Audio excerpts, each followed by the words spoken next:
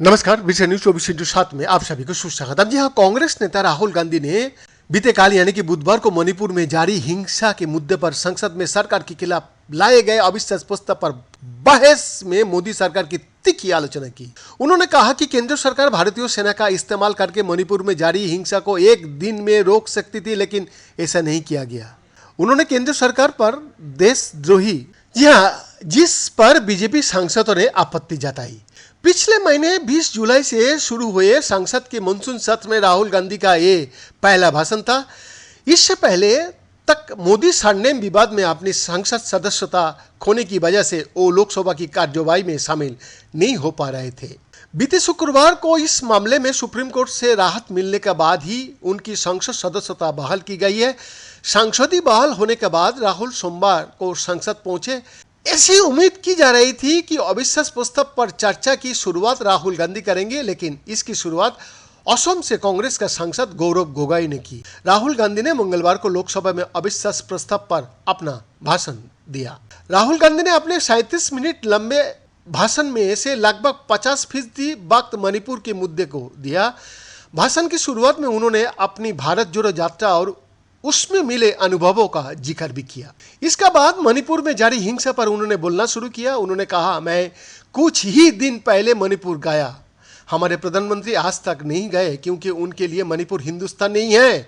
मणिपुर को अपने 2 भागों में बांट दिया है। अपने मणिपुर दौरे के दौरान मिले अनुभवों साझा करते हुए उन्होंने कहा, एक औरत ने मुझसे कहा कि उनका बेटा हिंसा में मारा गया है और वो उसकी लाश के साथ पूरी रात रही।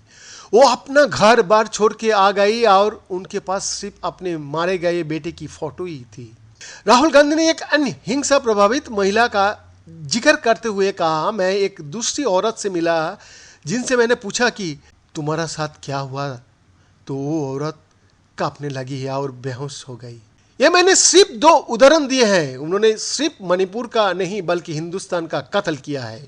जब राहुल गांधी हिंदुस्तान का कत्ल किए जाने की बात कह रहे थे, तभी उनके साथ बैठे किसी सांसद ने भारत माता शब्द इस्तेमाल करने के और इशारा किया। इसका बाद राहुल गांधी ने कहा, मणिपुर का लोगों की हत्या करके आपने भारत माता की हत्या की है। आपने ये करके देशद्रोह किया है। इस वजह से पीएम मोदी मणिपुर में नहीं जाता। एक माँ मेरी यहाँ बैठी है और दूसरी माँ को आपने मणिपुर में मारा है। जिस वक्त राहुल गांधी ये बात कह रहे थे, उस वक्त उन्हें बीजेपी सांसदों की ओर से काफी शोर शराबा का सामना भी करना पड़ा था, लेकिन इसके बाद भी राहुल गांधी ने बोलना जारी रखा। राहुल गांधी की राजनीतिक शैली के लंबे अरसे से देख रही वरिष्ठ पत्रकार अर्पणा द्विवेदी मानती है कि राहुल गांधी का ये अंदाज काफी खास था। उन्होंने कहा, राहुल गांधी पिछले कई सालों से संसद में बोल रहा है, लेकिन आज का भाषण की खास बात यह है कि उन्होंने तेज विरोध के बाद भी बोलना जारी रखा। पहले वो रुक जाते थे, अटकने लगते थे।